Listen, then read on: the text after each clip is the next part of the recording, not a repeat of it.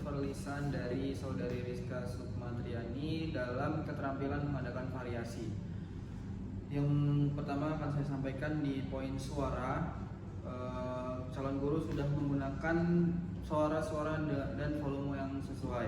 Kemudian mimik dan gerak, calon guru mimik dan gerak tubuh sudah sesuai. Kemudian kesenyapan, calon guru belum melakukan kesenyapan. Kemudian kontak pandang, calon guru sudah melakukannya. Kemudian perubahan posisi, calon guru sudah melakukan perubahan posisi. Kemudian memusatkan, calon guru memberikan pemusatan dan kalimat perhatikan anak-anak. Kemudian di bagian variasi visual, calon guru sudah menggunakan papan tulis.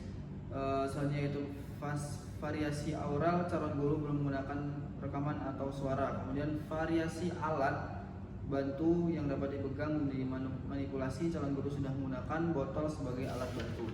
Kemudian selanjutnya di poin variasi pola interaksi dan kegiatan siswa, calon guru sudah melakukan pola interaksi dengan siswa. Mungkin itu saja yang bisa saya sampaikan terkait observasi lisan dari saudari Rizka Sukmatriani. Terima kasih. Wassalamualaikum warahmatullahi wabarakatuh.